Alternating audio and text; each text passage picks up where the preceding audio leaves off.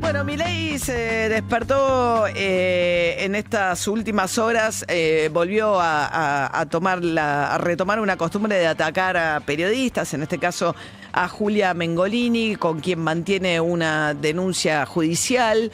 La denuncia judicial que no había prosperado hasta que Milei apeló y un juez sostuvo que sí debía ser juzgada Mengolini por haber dicho que Milei estaba enamorada de su hermana y otras cuestiones, a partir de las cuales se sintió injuriado Milei y está persiguiendo esta situación.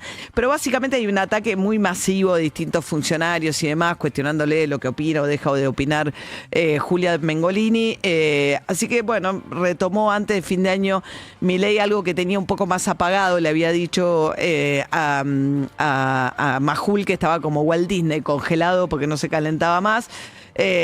No sabemos con qué discurso irá a Davos. Finalmente se confirmó que va a ir a Davos, que es esta instancia del encuentro de los multimillonarios con algunos dirigentes de la política, al cual Milei no ha faltado nunca desde que asumió la presidencia, y que la última vez fue cuando hizo ese emparentamiento de la homosexualidad con los abusos sexuales, de un discurso que seguramente le había escrito Agustín Laje, que es el ideólogo de la llamada batalla cultural, que está a cargo de la Fundación Faro, que dicho sea de paso tuvo una vez más, como había tenido el otro año, también una comida a la que van los más importantes empresarios de la Argentina. Estuvo Milei también pagando un aporte por cada mesa de $250.000. Pero bueno, Milei confirmó que va a ir nuevamente a Davos. En aquel momento, la última presencia de Milei en Davos generó una reacción de las manifestaciones en la ciudad de Buenos Aires en defensa del matrimonio igualitario, la diversidad y demás. Bueno, ahora vuelve Milei a Davos, veremos, con qué discurso lo hace esta vez, y vuelve también jactancioso diciendo fenómeno barrial, y replica también un artículo que publica el diario El Washington Post, uno de los diarios más tradicionales de los Estados Unidos, que está en manos de Jeff Bezos, el dueño de Amazon, que últimamente además se ha metido mano dentro de la línea editorial del diario. Y es curioso porque ese artículo compara a Milei con Trump, pero dice que Trump debería aprender más de Milei. Y porque dice que hay una guía que Trump podría tomar, porque qué es lo que le reprocha el diario a Trump y utiliza a Milei como contraejemplo. Dice, mientras que Trump lo único que está haciendo es meterse más en la vida de las empresas y en la regulación, sobre todo lo que tiene que ver con, y toma como ejemplo el hecho de que se haya metido al Estado dentro de la fabricación de chips con la fábrica Intel, de los sectores que Trump considera estratégicos. Bueno, está haciendo una suerte de no nacionalización completa, pero de seminacionalización de algunas empresas o sectores que considera estratégicos. Está levantando barreras arancelarias. Entonces, lo que pone como contraejemplo de lo que está haciendo en materia económica Donald Trump, lo pone a Milei. Milei dice, en cambio, es partidario del libre mercado, baja las barreras arancelarias, saca al Estado de todos los lugares donde lo puede sacar, privatiza todo lo que puede privatizar. Entonces, bueno, es curioso porque en este caso, por lo menos la línea editorial del Washington Post, controlado por Jeff Bezos, cree que se siente mucho más afín con un modelo como el de Milei en la Argentina que con algunas de las políticas de Donald Trump en los Estados Unidos. Un Trump increíble. Ayer presentó dice que hace mucho que Estados Unidos no hace barcos grandes, que los barcos militares que Estados Unidos construye se habían vuelto muy chiquitos y que lo que él quiere es una flota imperial de gran porte, dorada, que refleje el poderío norteamericano, a la que lo va a llamar Trump, como le pone últimamente a todo. Lo hizo también con el Centro de Artes Kennedy, que es un centro de artes muy tradicional de Washington, que además generó mucha controversia porque había desfinanciado el arte y demás, y habían sido sectores especialmente atacados por el gobierno de Trump, pero Trump le puso su nombre. Bueno, dentro de esos anuncios que hizo ayer Trump respecto de que van a empezar a construir una gran flota, que dicho sea paso es parte de la exhibición, está teniendo, ¿no?, el portaaviones más grande del mundo, de la flota naval norteamericana, es justamente el que está desplazado ahora a las costas del Mar Caribe, en lo que es una situación con Maduro que no se sabe muy bien cómo puede llegar a terminar, ¿no? Hay como señales bastante oscilantes, momentos en los cuales Maduro se pone a cantar, démosle una chance a la paz, qué sé yo, momentos en los cuales se pone desafiante, diciendo no se atrevan con los venezolanos, momentos en los que hay negociaciones que el gobierno norteamericano admite, seguramente para eventualmente darle un salvoconducto a Maduro, que está acusado de ser el líder de un cartel narcoterrorista con causas judiciales pendientes en los Estados Unidos, con lo cual lo que podría negociar eventualmente es una salida para él y para su familia a cambio de que Estados Unidos no haga una intervención militar terrestre en Venezuela. Ayer volvió Trump, tenemos el Trump hablando sobre Venezuela, a ver qué dijo. Goal in Venezuela to force Maduro from power. Well, I think it probably would. I can't tell. That's up to him what he wants to do. Bueno, le dice el periodista, ¿no? ¿Qué quieren? Porque lo otro es también, ¿qué es lo que quiere Trump de Venezuela? Porque primero dijo, no queremos que nos metan drogas en Estados Unidos, por eso empezó a hundir lanchas, que terminaron con la muerte de más de 100 personas. Terminado el hundimiento de las lanchas, diciendo que era por una seguridad nacional norteamericana, porque querían meter droga en Estados Unidos, arrancó con los buques petroleros. Sobre los buques petroleros dice que el comercio de los buques petroleros, dijo primero, se utilizaba para financiar actividades del narcoterrorismo. Luego dijo que en realidad le habían robado los bienes del petróleo a los Estados Unidos en Venezuela. Esto porque operaba ExxonMobil hasta que llegó Hugo Chávez a la presidencia en Venezuela y, bueno, tomó toda la operación PDVSA. PDVSA era realmente la joya de la corona de Venezuela, una empresa estatal que está sentada sobre las mayores reservas petroleras del mundo petróleo. Tiene Venezuela. Hoy Estados Unidos es autosuficiente en materia de petróleo. Hay una pregunta acerca de si la cantidad de reservas que tiene es lo suficiente en el tiempo, o por cuál es el interés que realmente tiene Trump en Venezuela. Venezuela además tiene tierras, tiene oro, tiene otras explotaciones minerales, tiene las tierras raras que tanto le interesan geopolíticamente a Trump, y a pesar de tener toda esa riqueza, Venezuela está sumida en una pobreza que expulsó a 7 millones de personas en el éxodo de Venezuela en los últimos años.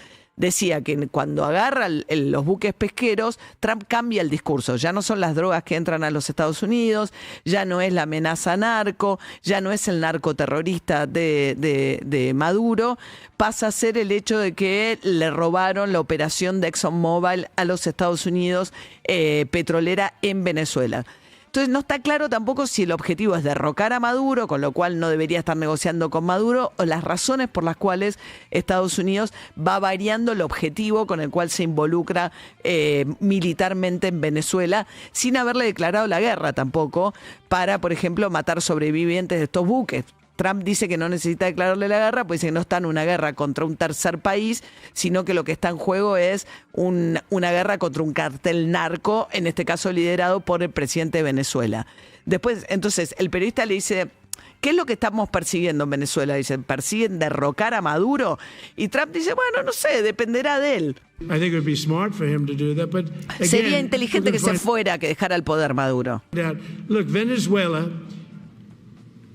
did terrible things to the United States. They sent hundreds of thousands of people, millions of bueno, people. pero lo que pasó acá fue que Venezuela le hizo a Estados Unidos algo tremendo, dice, mandó centenares, miles, millones de personas into our open border. They sent their criminals, they sent their prisoners, they sent... Se aprovecharon de que estaban nuestras fronteras abiertas y mandaron a sus criminales, a las personas que estaban en las cárceles. O sea, la idea de que Venezuela sacó centenares y millones de presidiarios que lograron entrar en los Estados Unidos gracias a que esa frontera no era controlada lo suficientemente bien durante el gobierno demócrata. Their drug dealers, nos mandaron a sus traficantes de drogas. sent their mentally insane and incompetent people. Nos mandaron a la gente insana mentalmente, nos mandaron a los incompetentes. En realidad, nos metió el gran exilio venezolano está en Miami, como había sido la oleada anterior de los cubanos en Miami, después de la Revolución Cubana, que gran parte, digamos, de los empresarios huyeron hacia Miami. Hay un exilio muy rico en Venezuela, en Miami, que es de la comunidad venezolana. more than any other country. Others did too. The Congo did. Eso otros países lo hicieron también, pero Venezuela lo hizo como ningún otro país, mandarnos a toda esa gente. Congo también nos mandó gente de esa calaña. We just let them come right in because we were run by a stupid president. Nosotros los dejamos entrar porque nos gobernaba un presidente estúpido. You don't have a stupid president anymore. Pero ya no tenemos más un presidente estúpido. Bueno, la cuestión es que ahora pasa a ser el argumento contra Venezuela el hecho de que los venezolanos le mandaron una gran catarata de criminales a Estados Unidos. Trump le cortó un programa especial que había para que le permitía a los venezolanos, por razones políticas y demás, tenía algún tipo de privilegio a la hora de tramitar visas en los Estados Unidos. Eso ya lo había cortado. Entonces pasó de la cuestión que eran narcos que le metían drogas en lanchas, pasó después a la cuestión petrolera y ahora a la cuestión migratoria. Dicho sea de paso, sobre la cuestión migratoria, hay un tema con la libertad de prensa en Estados Unidos, de cómo está siendo atacada y amenazada por Trump, que es muy preocupante. Algunos de los programas más tradicionales de los Estados Unidos se llama 60 Minutos, son programas periodísticos de investigación de la televisión abierta, de CBS, de los días domingos, que periodistas de mucho prestigio hacen informes en El Mundo y demás de distintas temáticas. A veces son cuestiones más de alguien del espectáculo, pero suelen tener también investigaciones de fondo. La cuestión es que CBS se vendió como parte del paquete que se vendió de Paramount a esa aprobación que tuvo que hacer en su momento Donald Trump. Resulta que cambió las autoridades que conducen la parte periodística de CBS y pusieron una periodista que había salido del New York Times diciendo que porque ella no era woke, la discriminaban con sus columnas y demás, y que tiene una línea bastante distinta a la línea tradicional de CBS, mucho más afina al gobierno de Donald Trump. Bueno, hay un lío bárbaro en Estados Unidos porque acaban de censurar un informe, en realidad, esta nueva directiva de la CBS, lo que dijo es que el informe no cumplía con los estándares de la compañía, se llama Barry Weiss, dijo que no cumplía con los estándares de la compañía y que iban a demorar su emisión. Y tenía que ver justamente con un informe que criticaba las deportaciones masivas que está haciendo Donald Trump de migrantes en Estados Unidos, a los que acusa de ser criminales, cuando muchas veces lo que tienen, y esto lo probó una investigación del New York Times, dice que criminales expulsó mucho más Biden que Trump, porque Trump está haciendo deportaciones masivas para cumplir con el número que dijo que iban a ser 1 millón, con lo cual entre los deportados no necesariamente deporta gente con prontuarios criminales muy frondosos, más bien todo lo contrario. Por ahí hay personas que simplemente tienen alguna irregularidad en su estatus migratorio. Este informe que acaban de censurar justamente ponía foco además sobre el convenio con la prisión de Bukele, que es una prisión sin ningún tipo de respeto ni garantías mínimas de lo que son los derechos de las personas privadas de la libertad, y cómo deportaba presos norteamericanos, cómo mandaba migrantes de Estados Unidos a estas cárceles. Bueno, acaban de frenar la emisión de este informe en la televisión norteamericana, algo que es realmente muy inusual de lo que está pasando y lo eficaz que está haciendo Trump en la censura, a partir de amenazar con juicios y demás, y sobre todo utilizando además el poder del Estado para amenazar con aprobar o desaprobar ciertas cuestiones regulatorias en lo que son las compra-venta y los mergers de estas empresas de medios con el que está en el medio de lo que está comprando Netflix, que quiere comprar Warner Bros. Hay un movimiento muy grande en ese sentido, donde Trump está usando todo el poder para influir sobre todo y cambiar los contenidos periodísticos de los medios. Pero bueno, volviendo a Trump, también amenazó a Gustavo Petro, porque este Trump imperial, que ayer además nombró un enviado a Groenlandia especial.